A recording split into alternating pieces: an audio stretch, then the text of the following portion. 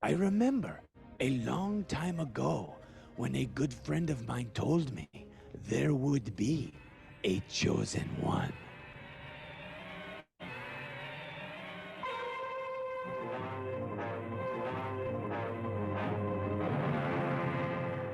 There will be a chosen one.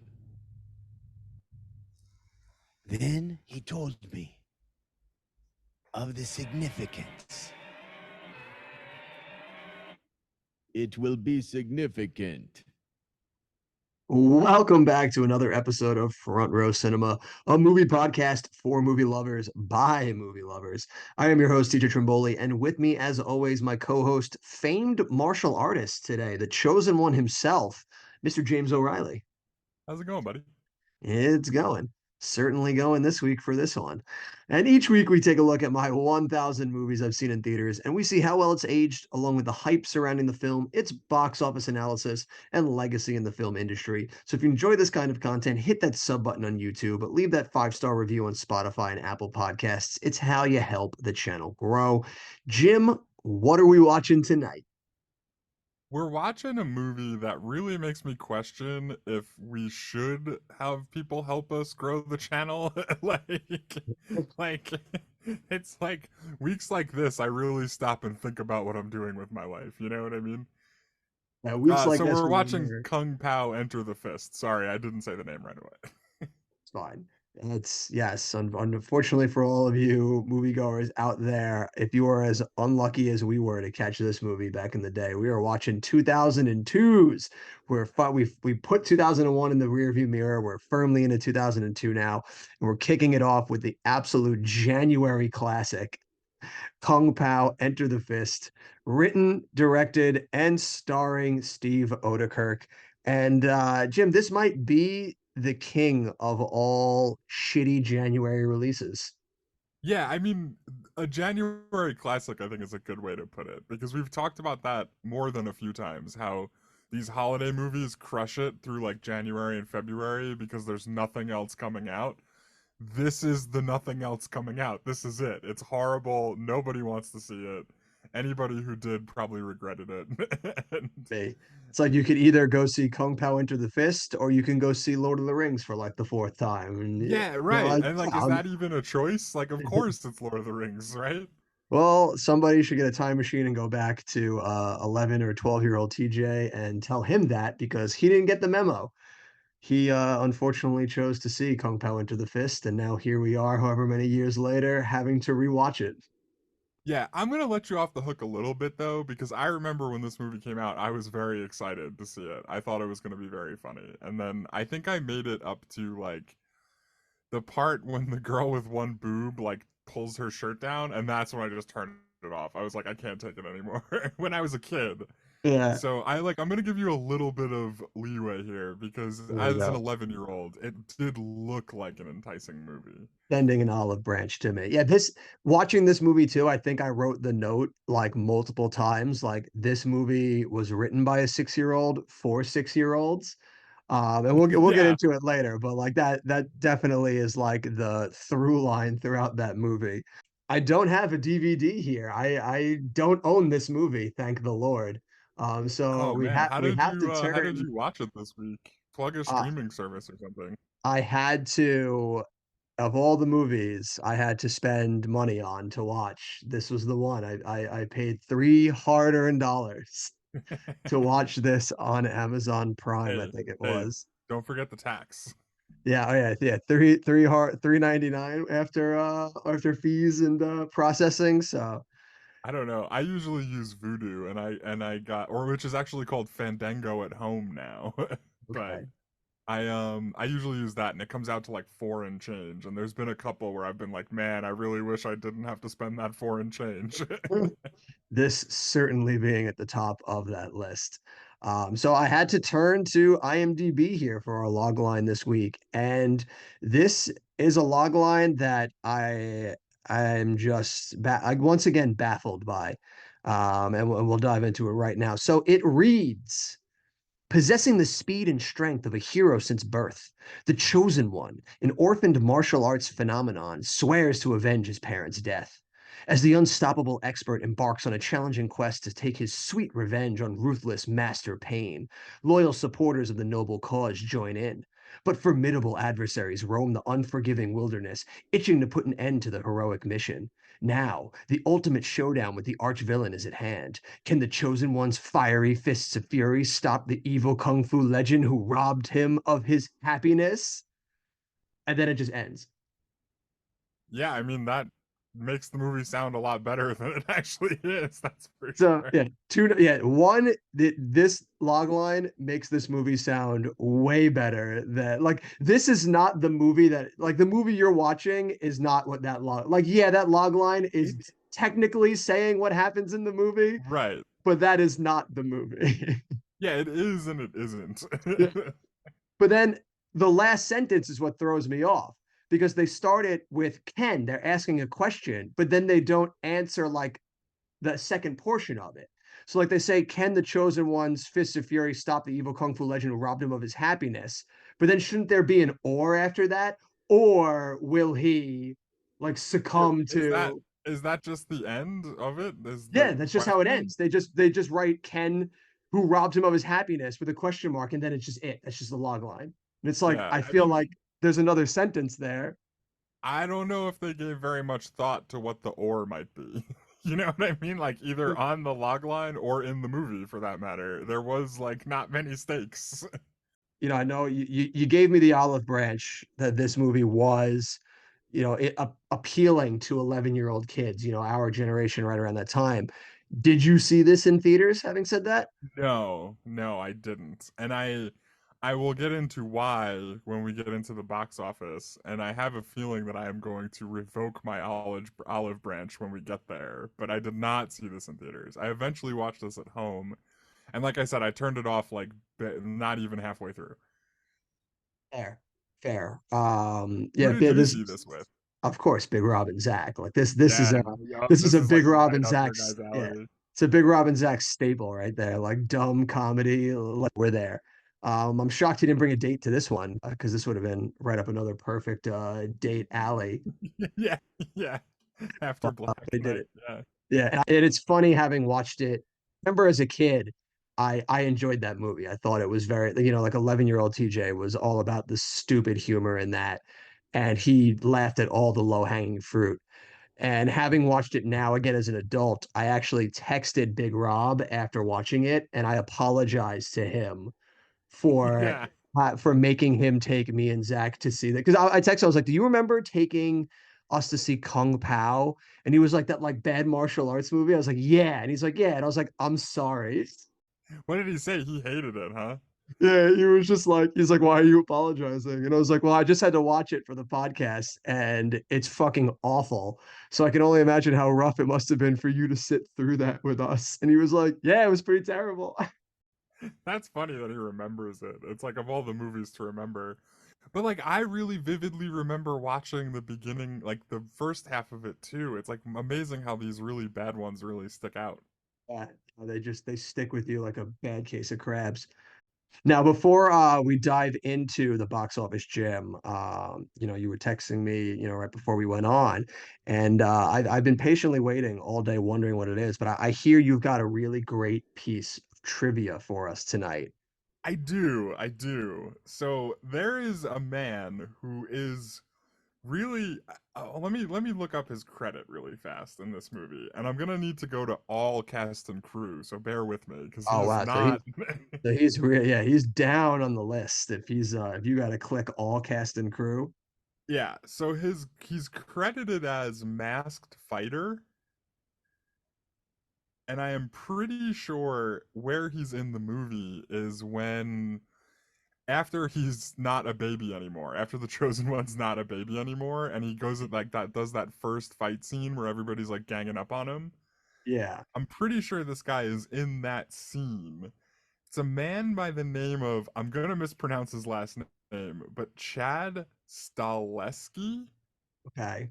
Oh, isn't that Does that ring a bell? the director of like John Wick, or like he was a Yes, stunt the choreographer and stunt then coordinator became turned director of director. John Wick. Yes, is accredited as masked fighter for one Oh of the Kung my Pao Enter the Fist fight scenes. That's fucking hilarious. That's crazy. That is wow. That is a Yeah. good piece of trivia. I I did think not. that's the best piece of trivia we've had yet, because that's not like I think that's the first one that I just didn't rip directly off of the IMDb trivia section. I don't So know, I'm kind of Jim. proud of it. Is Chad being in that movie greater than the voice actress of Dill making women lactate? That's fair. That's probably better. That's probably more Don't interesting forget anyway. about the wild memories, Jim. Yeah, it's been a minute since we did that episode, and I've tried to push all Rugrats thoughts out of my brain since I Oh, watched that movie. that's the one piece of Rugrats lore that I will never let you forget. We'll be talking Yeah, about it 500 episodes from now. that is a good one, but for ones that I've found, I like this one. I think it's my best yet. No, that is a really good one. It's crazy that he started out there, but which makes sense because he was like a stunt worker before he started doing the John Wicks and moved more into directing. So that's a really crazy, like, humble beginnings one. Yeah, it's just like a weird like we've run into a lot of these things in IMDb as we go through, and it's just like a very weird coincidence that that guy was like a no name like he wore a mask. You didn't even see his face. You know what Yeah. I mean? And then like he goes up to go on to direct some of like the best action movies of all time. Yeah, right. Little did Kung Pao know the absolute, gloriousness they had in their grasp, and they didn't utilize it. Yeah. And then I mean I guess like the other trivia thing, but this is less interesting probably and more just kind of like we need to say it. It's pretty cool that they like well, maybe not pretty cool, but that he like bought the rights to an old kung fu movie, and like the movie that you watch is like him like filming things and splicing it with the original footage from the movie, and like I think he like digitally puts himself in at some points. Like there's like a lot of like weird stuff going on with that. But that's kind of unique. I don't know that there's any other like feature release movie that I can think of that's done that. Yeah, no, not that I can think of, but we'll get more into that one later because I Oh, do I do have a few things to say about that in oh, particular once we dive into the gotcha. movie. Okay, yeah. Yeah, Sorry, I didn't mean to step on your thing. yeah, way to go, Jim. You really just jumped ahead of the curve there. Sorry. Before we can dive into all of that juicy goodness, Jim, first we must start with the absolute travesty that was the box office run. Numbers, dates, numbers, numbers, dates, hooray. Dates, numbers. Show me the money. All right. So Kung Pao Enter the Fist opens like you said January 2002. Its opening weekend is January 25th through the 27th. And I'm just going to start down at the bottom here because spoiler alert, it does not open number 1. It opens in ninth place. Wow, just like barely even makes the top 10. Yeah, it pulls in 7 million in its opening weekend, which Oh, against a $10 million budget, it's like I don't know if this movie's a failure. I don't know, but it's yeah, that's definitely not a success. that's not terrible. Like a 7 million. I mean, it is terrible. I mean, it is terrible, It but like could be a the lot worse. budget, it was probably like mostly buying the rights to the movie because everything else that they're like people are actually in 2002 that they filmed feels Yeah, like they filmed it in like a weekend. You know what I mean? yeah. Like Crazy though that it didn't cost them more money though to like digitally splice him into everything. yeah, I mean, I don't know. I imagine it was much less sophisticated back then. Like they would probably do like a whole bunch more expensive CGI to do something like that Like maybe. today, that budget would be absurd for to do that. But so let's stick to the box office for now though. So it pulls in 7 million. The only top 10 movie it beats out is the third week of Orange County that Jack Black and I think it's Colin Hanks in that one, Yeah, right? Colin Hanks. Yeah. Yeah, which is an underrated early 2000s comedy. I don't know if I've even thought about that movie in a long time. And maybe if I watched it, it wouldn't hold up though. Just that it shares an opening weekend with a couple of things here, and this is where we're gonna get into You're taking away when I your revoke my olive branch back and yeah. why I didn't go to see this in the I've been theaters. I've been waiting to see what it is. So sharing an open weekend in third place is A Walk to Remember, the Is Mandy that the Moore movie? movie. That's the one you were talking about, right? No, not that, not that.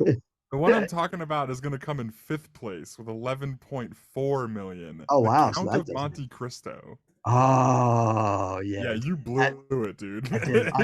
I did blow it because that movie. I've watched that movie way later on in life, and it is fantastic. Yeah, it's amazing. It's like one of my favorites. Yeah, Uh, a Guy Pearce is in that when Guy Pearce was in his heyday. Guy Pearce, the Luis man, Guzman. everyone's favorite insane actor these days, Jim Caviezel. Yeah. Oh wow, that is Jim Caviezel. You're right. Oh boy. Maybe he should have been begging for more money in the credits. They might have done better than fifth. Uh, then so, He was not and yet then, Jesus. and then the final opening weekend movie in the top 10 that week is coming in sixth place, just behind Count of Monte Cristo with 11.2 million, is The Mothman Prophecies, which I believe is a Nicolas Cage like. No, I think that's Richard Gere. Is it Richard Gere? Oh, you're right. It is Richard Yeah. Gere. That's the one with the trailer where it was like they made like there's like I can't remember exactly what the context is, but I just remember there's like a scene where like someone's holding out like a chapstick and there's like really horrifying like music playing behind it. And I'm like, and I can't remember like why it was significant or not, but I remember that like portion of the trailer like burned into my brain.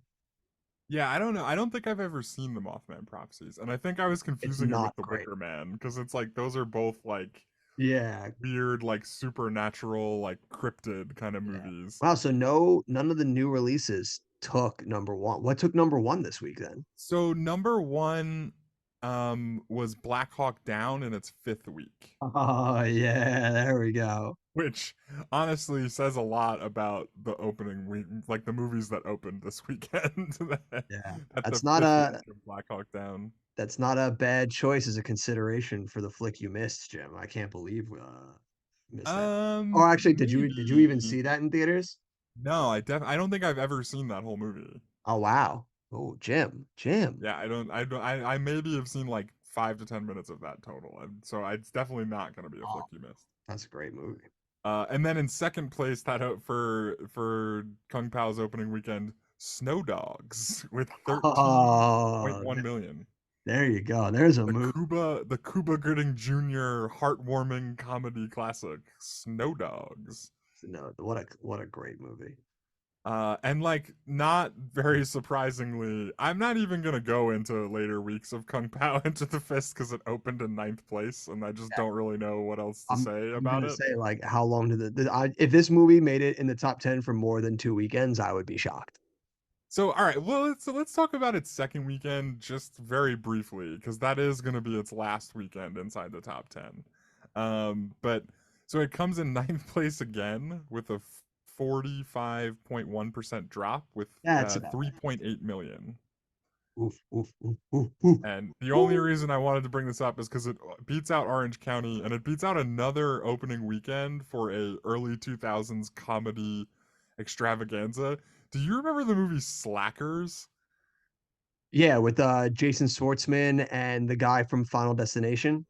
Yes. Yeah. Yeah, where they're like in college and they get caught cheating, so Jason Schwartzman like blackmails them into being friends with him. It's so good. Yeah. Oh my God, dude. The 2000s. What a run of just random comedy movies. Yeah, so Slackers is like if you miss comedy movies coming out, Slackers is like a pretty classic like raunchy like it's basically a sex comedy. There's a lot of like weird sex stuff going on in that movie. Yeah, pretty much. The early 2000s were like just a heyday of like those types of college sex comedies just trying to chase the high of American Pie. All right, so then weekend 3, it's going There's to be no out of the yeah, top I was 10. gonna say there's no fucking way. It comes in 16th place. The only reason I clicked on this is because Box Office Mojo says February 8th to the 10th, Salt Lake Olympics. I don't know what that means. Like, I'm sure it means that the What? Olympics were going on, but like, I'm not sure why Box Office Mojo cares. I don't know. They're like they Um, broadcasted it at like some theaters. yeah, maybe, but I don't see any like actual like box office thing here, so I don't think so. Well, two But weekends yeah, in the so top 10 easily. I think, I mean, I didn't say it for the opening weekend, but I think it's safe to say that all of the runs that we're going to talk about for any of this movie's box office potential is going to come in last place on our charts here. That's 7 million opening weekend, dead last. Two weekends in the top 10, dead last behind Black Knight now, which had 3 weeks. And I'm sure once you throw me those totals, Jim, we're going to be looking at a hat trick. yeah, and I don't think it's going to be particularly close. So the totals here, domestic, it pulls in 16, let's say point 0.1 just to be generous. It's not really, I'm rounding up more than I should. 16.1 million. International, it maybe not surprisingly, doesn't even crack $1 million. It pulls in 956,000 for a worldwide total of, let's call it 17 million even. It's about 6 grand short of 17 million. So let's call it 17 million. That is atrocious. That doesn't just take the record, that cleaves it.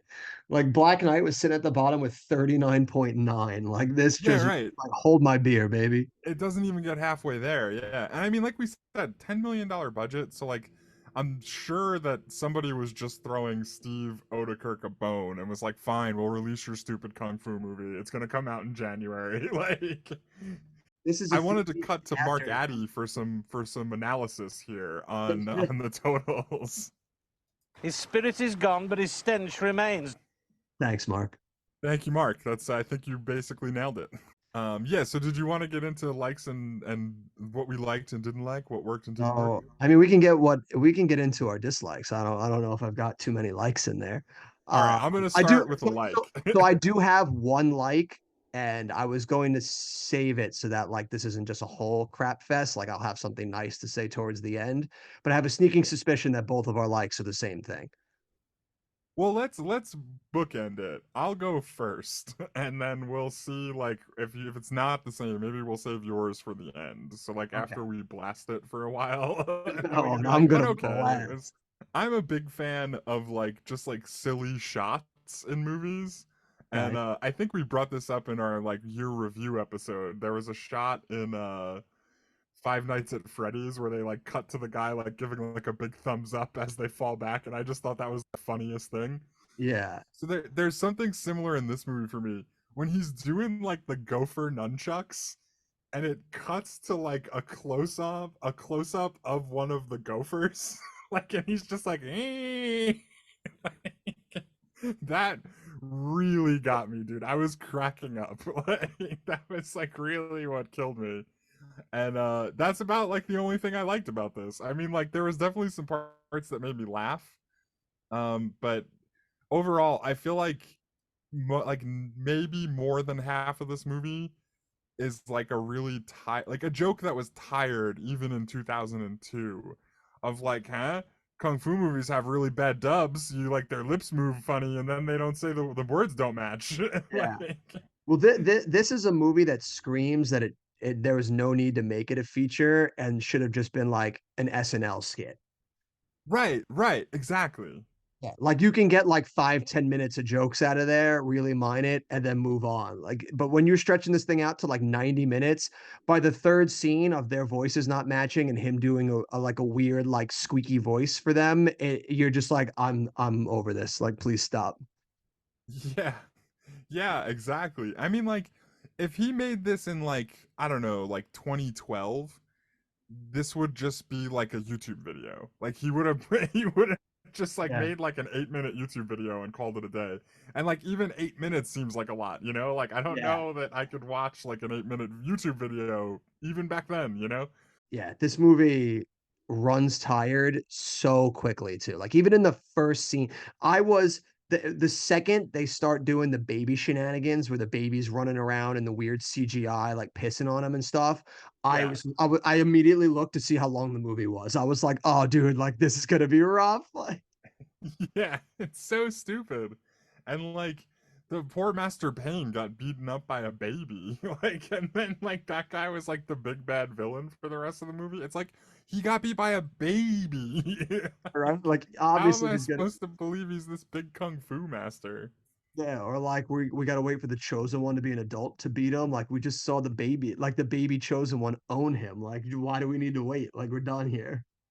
Yeah. But yeah, so like Well, I don't know. It was just like a lot of the jokes didn't land for me. Like some of them did, but like an overwhelming majority of them didn't. And I don't know. I didn't like I mean, most of it.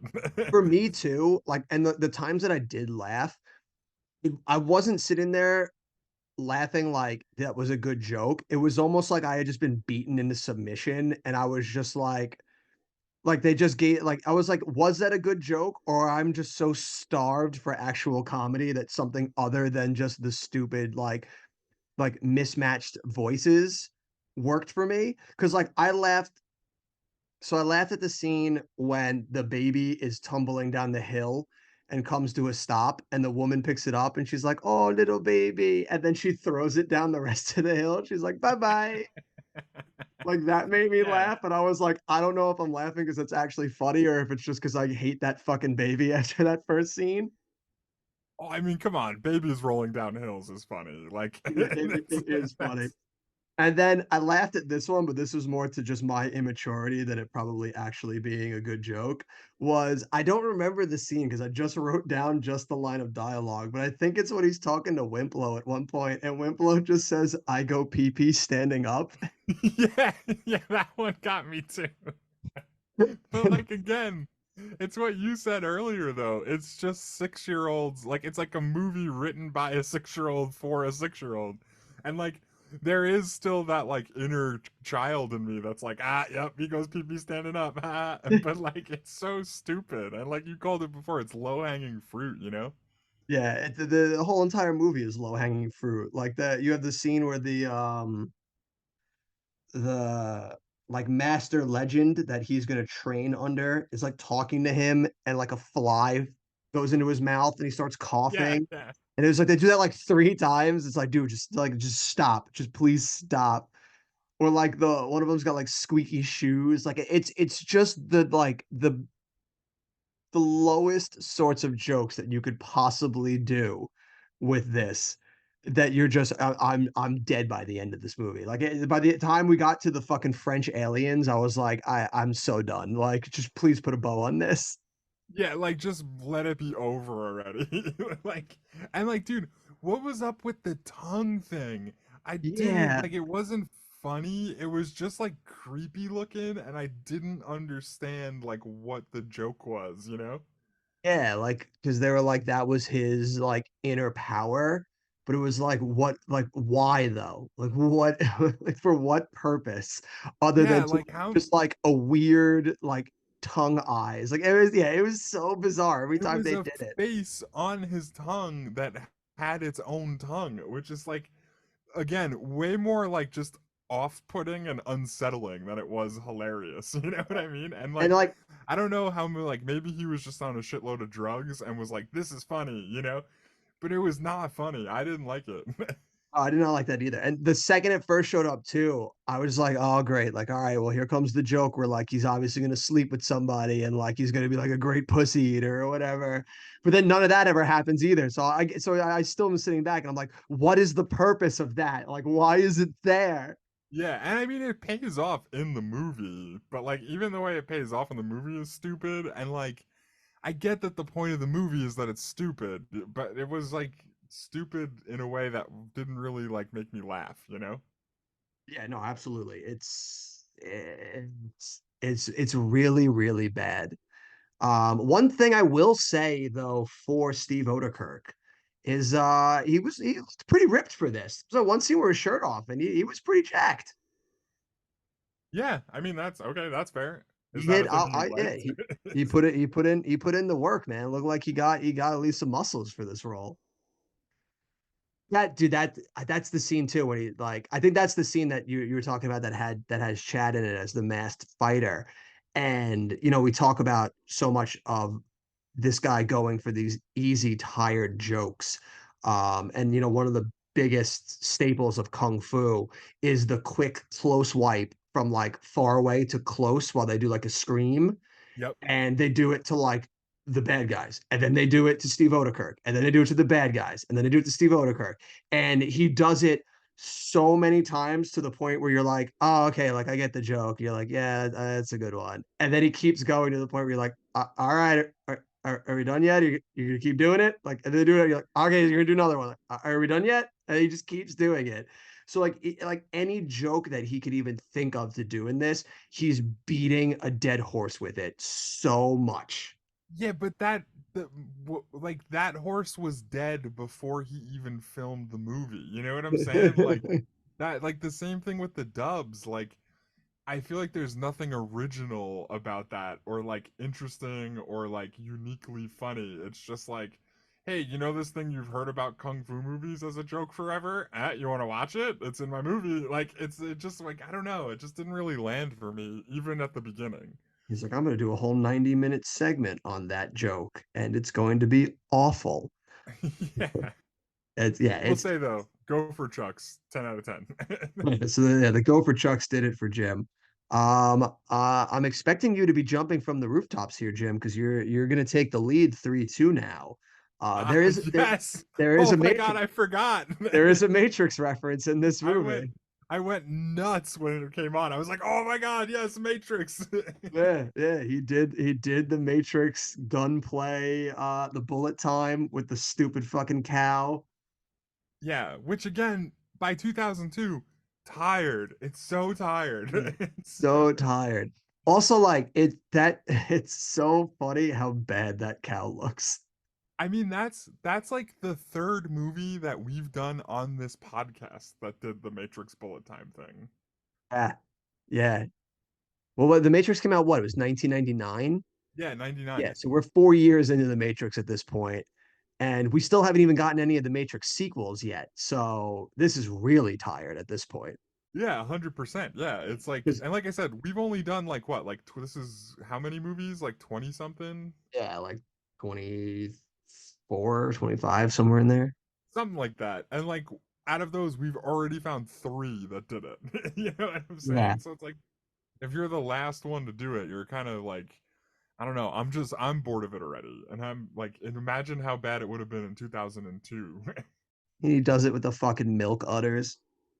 Yeah, the cow did look pretty bad too. Yeah, the cow It looked was fucking. I mean, anytime I mean, it makes sense. It's a $10 million budget. Like this movie is not going to look good. And they do it again when they do the Lion King reference. When fucking like the fake Mufasa shows up in the sky oh and yeah, looks fucking that terrible. that bit was pretty good though. When he was like, he's like, it's a riddle. You have to figure it out. It's supposed to make sense later. And then when they're like at the end, he's like, aliens, the stars. So That got me to laugh. Yeah. it's so fucking dumb. And then the only other reference I wrote, but now, however many days removed from watching it, I can't remember when he said it. But there was a When Harry Met Sally reference in there. They do the I'll have what she's having, but I don't remember where they do it in the movie because I watched it about like, 4 or 5 days ago and I've done everything possible to forget that I've watched it. Dude, I watched it yesterday and I'm like, I've forgotten like huge parts of it. But It's I didn't it's even catch the When Harry Met Sally thing. I didn't see yeah. that. Yeah, there's a When Harry Met Sally one in there. And I was like, God damn it, this fucking movie is absolute. Yeah. The only other low hanging fruit was the scene when Master Payne is like doing his like show off thing. And like Yeah, I can't remember if that's when he's like, call me Betty now. Which like I I think it's got a right kick around out of there. that. I I thought am that was Betty funny. now. Call But me like Betty. yeah, and everybody just starts calling him Betty. But that scene when he was like doing the demonstration and he's getting hit by all the sticks and they kept like hitting him in the nuts. Like, Oh, yeah, and he just no sells it. yeah, I was reading that's like the only reason he picked this movie to buy and do. Oh my Like he just God. thought it was hilarious that the guy like no sold getting hit in the nuts like 10 times. He's like, I'm gonna make an entire movie around this. Yeah, I well no, I'm sure he had the idea to do this with a kung fu movie, but I No, think I that was know, but like it's the just thing it's that put it funny. over the top. It's funny that that was just the impetus that gave him like, yeah, this is the one. One of the going off of that, I will say to this movie's credit, one more thing that actually made me laugh and I thought was actually a funny joke and not just, like I was desperate for a laugh, is when the chosen one is doing training and he wants them to do the same thing to him and he goes, don't stop unless I say or I motion you guys to stop. So they start hitting him so hard that he passes out and he's just on the ground out cold and they're just still beating him. And then Yeah. they're like, wait, but didn't they say to stop? He's like, no, but he never said when. So they just keep beating him even though he's like passed out cold. And I was like, all right, yeah, that one got me. I was like, oh, that's pretty funny.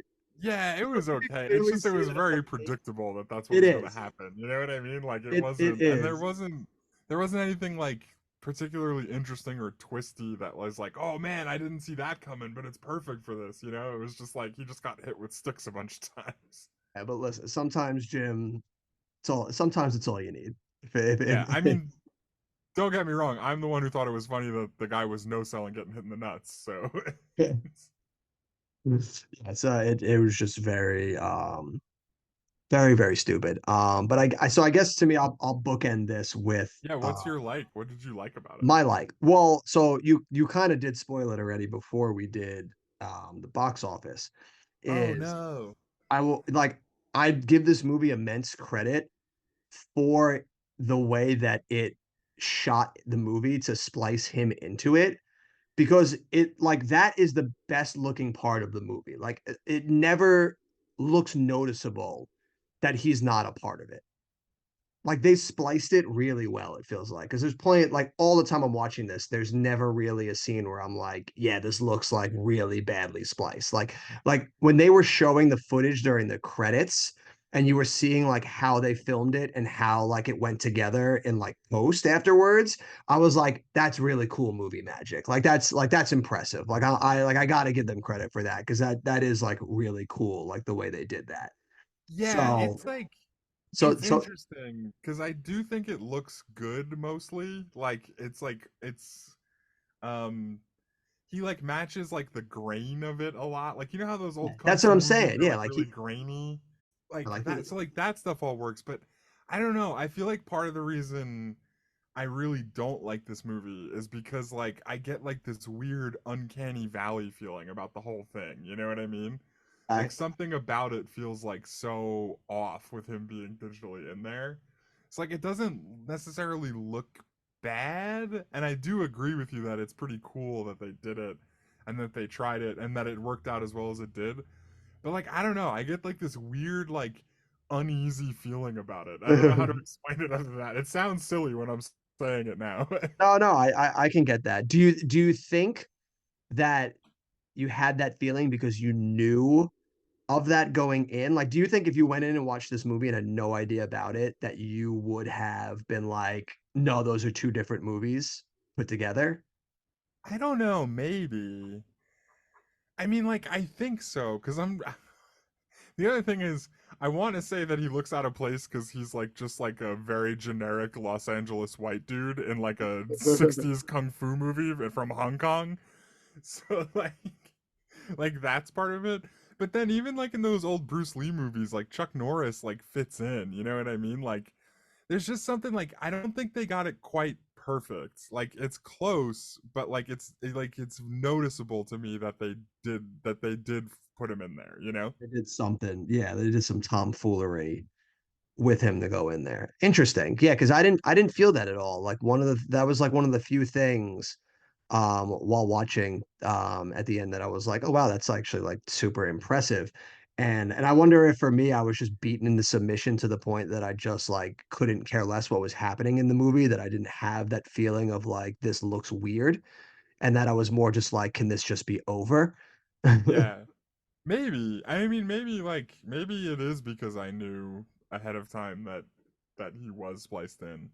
And I'm amazed that we've managed to go this far into this without bringing up. Well, I know you mentioned her at one point, but I think it was before we dived into it. But really diving into the one-breasted lady, right up an 11-year-old boy's alley. Yeah, I guess. I don't know. Like it's it's not that she wasn't attractive. It was just like as an 11-year-old, I was like, what the fuck is that, dude? Like, what is going on? That's another like such a 6-year-old thing. Like, what's the thing that we could do to make this woman different? Is I got it. We're gonna give her one boob. Yeah, and just Like never what? even talk about it, which Yeah. I kind of liked that like better, honestly. Rather than them like bringing it up, it was just like a thing that existed and nobody mentioned it. Yeah, they just never mentioned it. My God, he must have saw Total Recall, and he's like, if you're gonna do 3 titties, I'm gonna do one. Yeah, yeah, dude, that is Total Recall that has that, right? Because the whole time I was like, yeah, there's like the girl with 3 boobs in this, and then it was like, wait, it's 1 boob, no way. Yeah, yeah, no, it's Total Recall. Where she's got the three.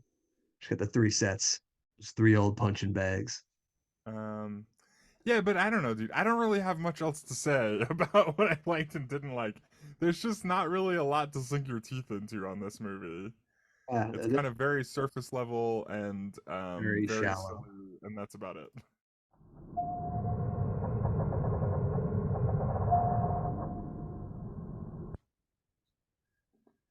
So I probably spent more time trying to figure out who to do for this movie than any movie yet. Because like the thing about it is Steve Odekirk is in it, and we did him last week, so we can't do him again. Um and then there's like maybe 2 other actors that are actually not just like kung fu actors from 1960s Hong Kong, which like I've never seen any of those movies. Like maybe some of them, maybe. Um, so I landed on what I think is going to be an interesting one, just because she's got like a range of things. Okay. Her name is Jennifer Tung, Tung, not like the tongue from the movie. And I hope that's how you say that name. I have no clue. First and foremost, she gets a stunts credit on Armageddon. I would Oh, imagine she did like Liv Tyler's stunts, maybe. I'm trying to think who else it could even be. Like that, like a female that did stunts in that movie. Did Liv Tyler even do stunts? no, Liv Tyler's just in the she's just at NASA the entire movie. Like when would she have done a stunt? I don't know. Maybe I don't know. Maybe she's in New. Maybe she's from one of the cities. Like maybe she's like an extra in one of the city bombings, like when the asteroid Possible. hits, or like Yeah, the little pieces of asteroid. possible. But then, all right, so that she gets a credit in Armageddon. Who knows what? But pretty cool that she was in a movie that we did. Um, she's a producer on a bunch of things I've never heard of. She's got 5 producing credits, all like actually in the like 2010s, Interesting. which is interesting. But I don't think they look like they're Hmm. mostly shorts. And then this is another actress who is like you've probably seen her in a TV show and just don't remember it because she did like a short, like 1 or 2 episode run, right? Yeah. So in the 90s, she gets 10 TV credits in the 90s. Okay. Um, she's on she's on 2 episodes of Mighty Morphin Power Rangers Oh, there you go. in 1995. I am gonna try and get you to guess this one. This is a 90s sitcom that me, you, and Big Rob have watched a bunch of. Fuck. We watched a bunch of. Yeah, I don't want to give you like. There's a It, very easy hint that will give it was away, but it I'm trying not to do that. was it Frasier? No, think probably a little earlier than Frasier. Oh, it might be a contemporary. I'm not sure. What the fuck else did we watch a lot? It can't be Cheer. Was it Wings? It's Wings. Yeah. Yeah, yeah. She's on 1 episode of Wings in 1996, Oh, credited as Thong. dude, what a show. Yeah, I know, right? Um, she gets 2 episodes on a show called Baywatch Nights. I guess that's like a Baywatch spin-off, maybe? Yeah. Like But like, what is it? Like just swimming at night? Like, who the fuck's on the beach at night? I guess maybe that's the point. They have to figure out why people are there.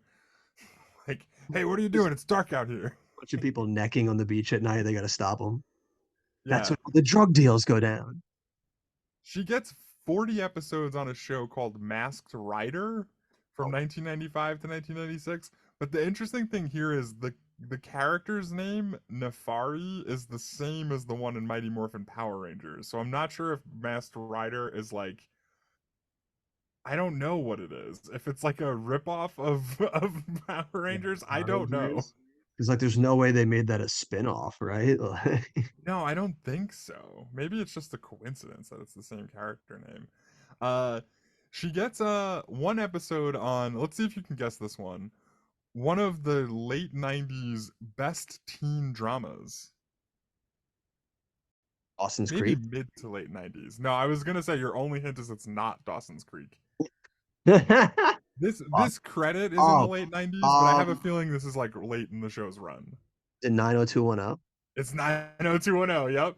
She gets Dude, receptionist number 1 in one episode of 90210. I know my 90s TV, baby. Let's go. She gets, this is her first movie credit. She's in Star Trek Insurrection as female Oh, ensign. interesting. Okay. She's on the Buffy spinoff Angel in 1999. Oh, all right. Here we go. She gets one episode on Angel. Dude, TV actors are such a different breed. It's crazy. Yeah, well, it's right. It's like this is an interesting one to me because like I said, I don't think you've probably heard of a lot of these shows, and even if you went back and watched them, I don't think you could pick this lady out. You know what I'm Yeah. saying? Yeah, like for like most of she's just those, she's just she's one scraping episode by, independent. dude. She's keeping Yeah. her SAG card. She's keeping her health insurance. She's Yeah. like, Dude, the royalties alone from the 90s, man. yeah. Well, I mean, one episode. She probably gets like a check for like $1, like every like 3 years. She's like Jerry Seinfeld signing the happy time checks.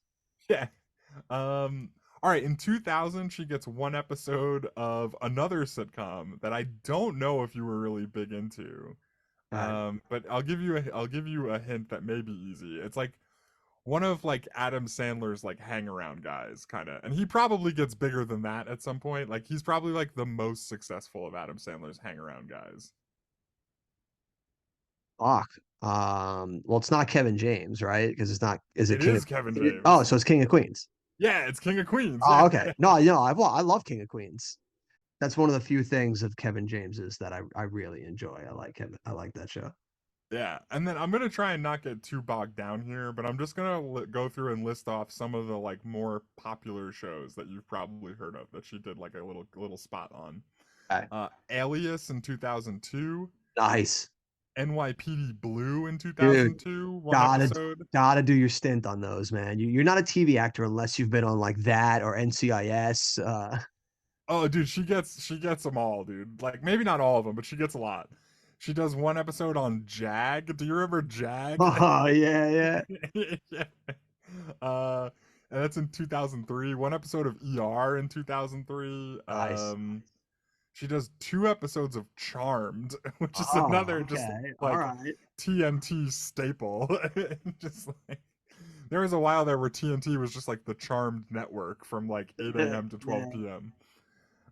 She gets an episode of CSI Miami. It is, baby. Yeah, Yeah. that's the real like David that's Caruso, like the, baby. yeah.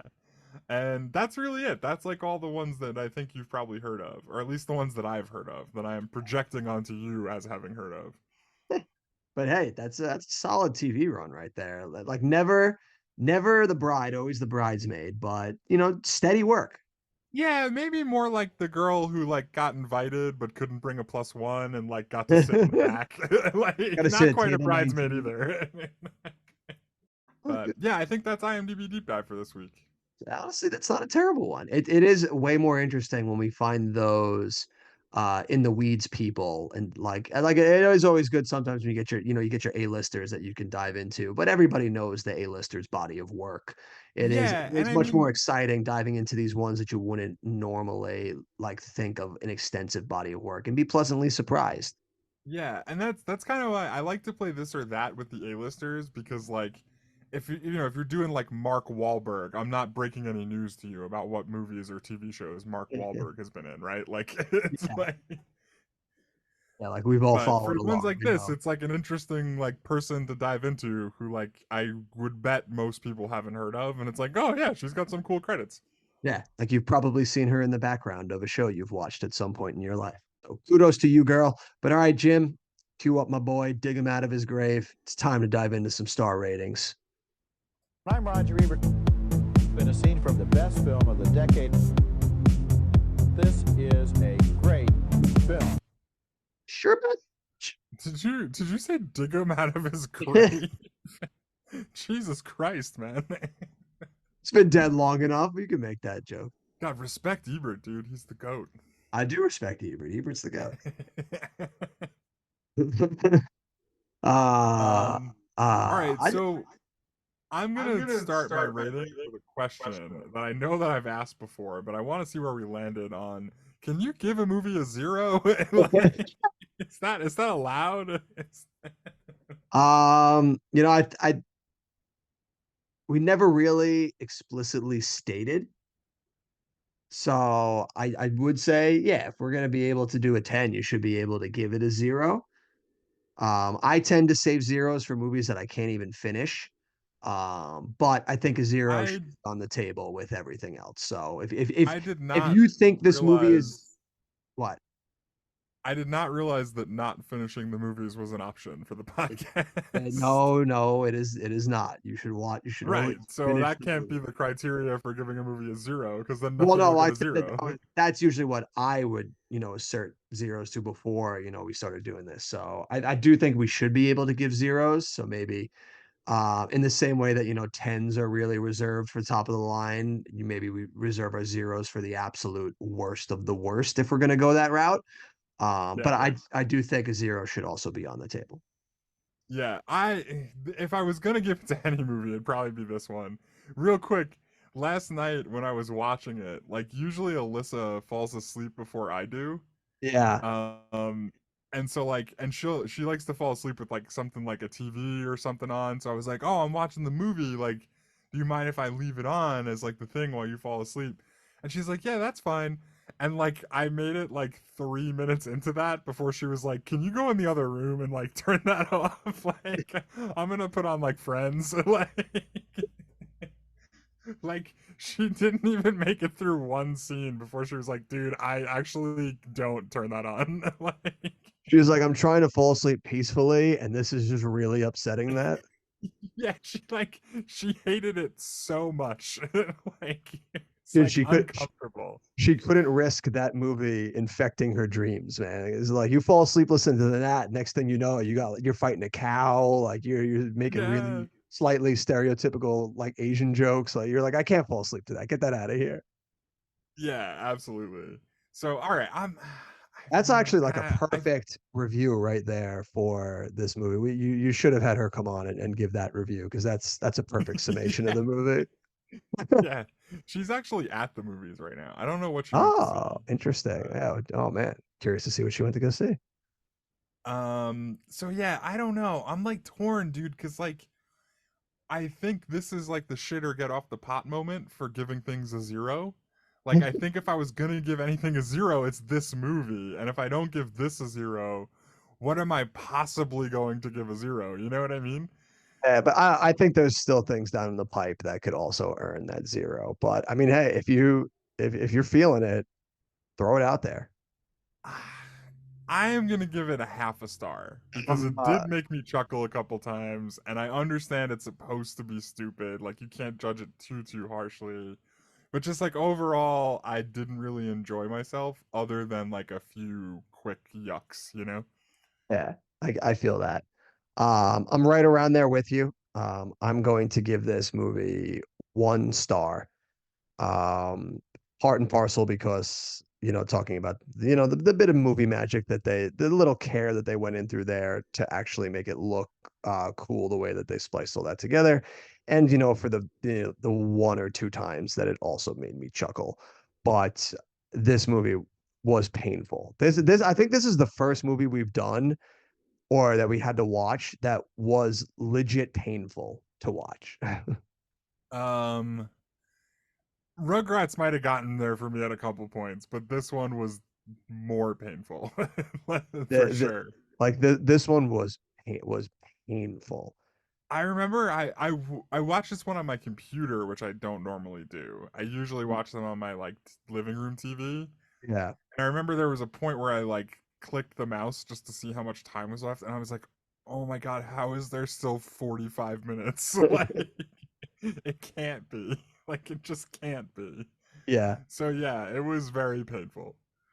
it was fucking rough, and I don't say that too often. I try to always, find at least some silver linings when it comes to movies, but it's very tough with this one.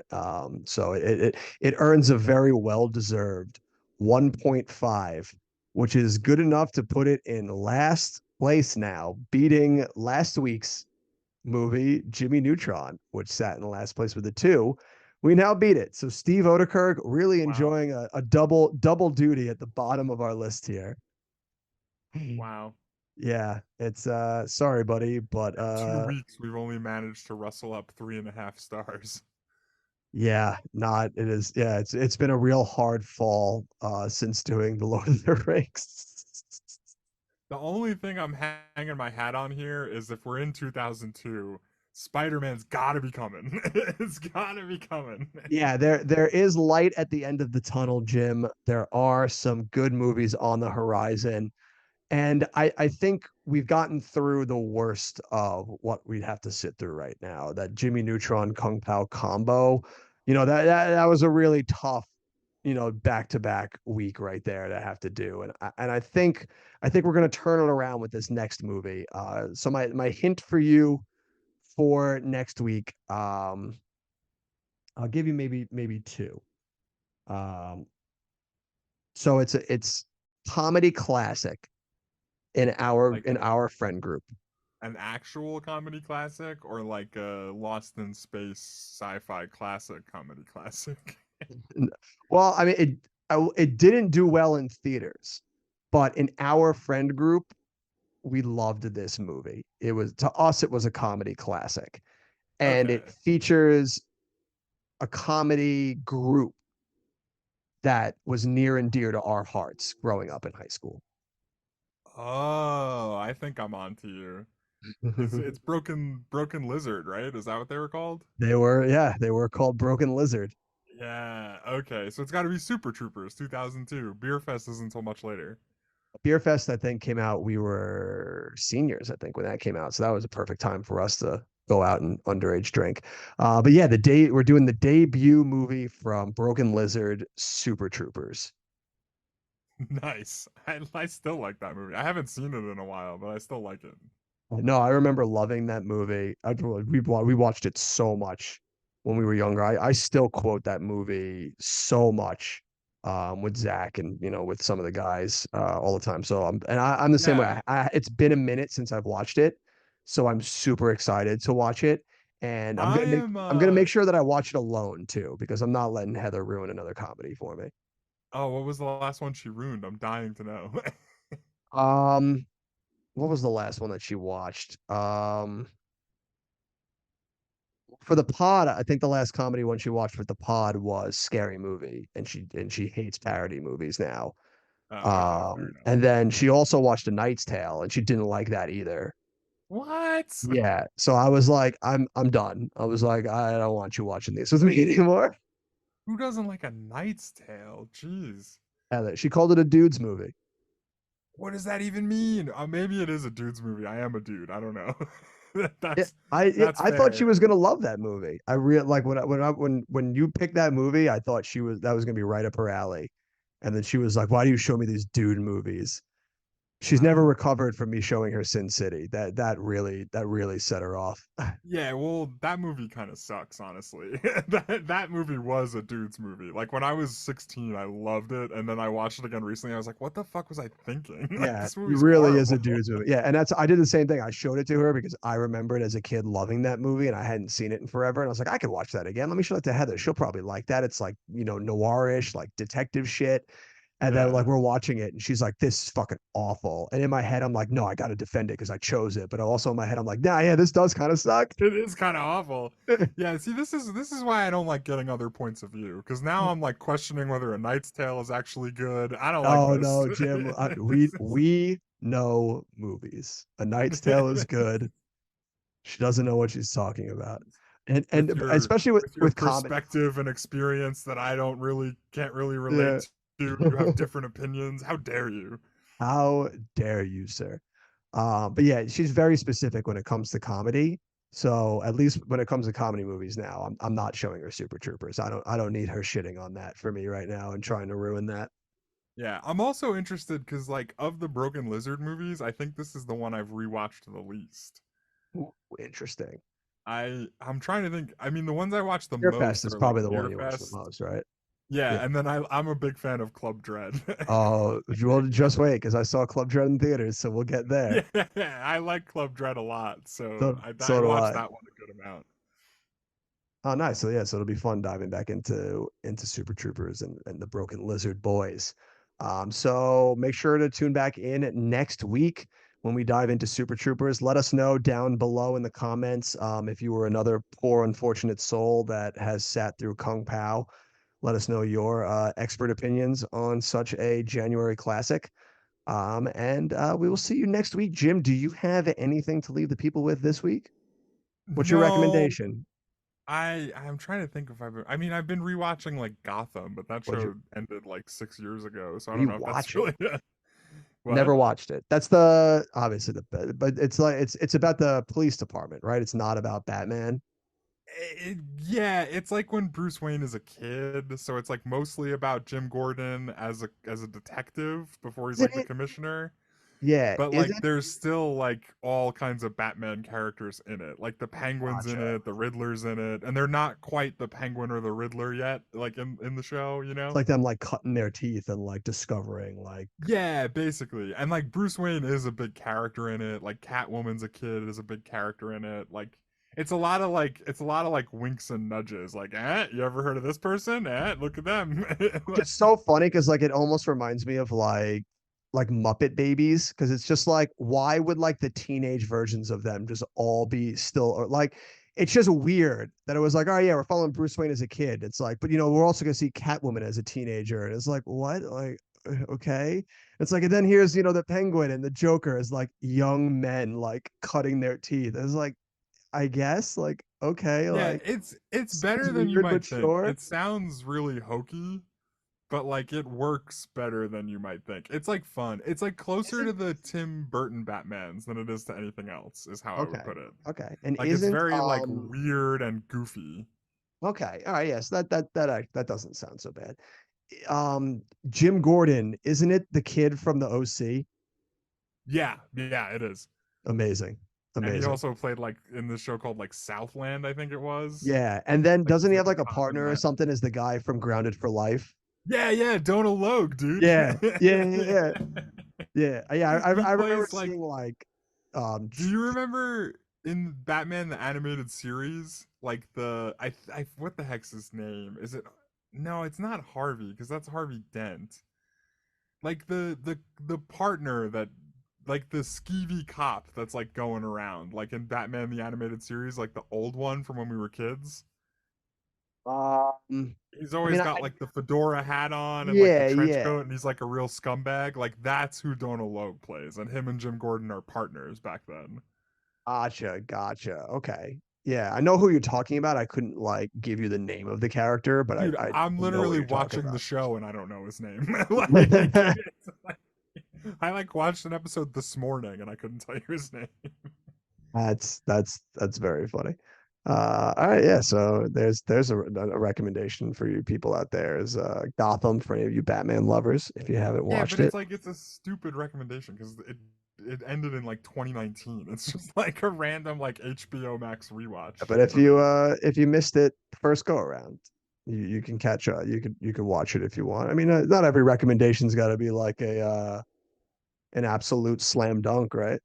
Not everything's gonna be an Apple's Mayfall or whatever it was called. I already forgot the Yeah, you don't even remember what it was called. name. Did you ever watch that show with Heather yet, by the way? No. Ah, boo, She's Sam Neill. I think we will eventually. Right now, she's watching some like shitty Netflix show that she's heavily invested in, so she's not watching anything until she finishes that. So Gotcha. whenever she finishes that, we'll come together and we might watch it. Because she's doing that and I'm in my 24 kick still. So we've been watching separately. We haven't really watched anything together in a minute. Fair enough. Yeah, but we might get there. We'll get there down the line. But all right, folks, go check out Gotham. Let us know down below your Kung Pao thoughts. And as always, until next time, we'll see you at the movies.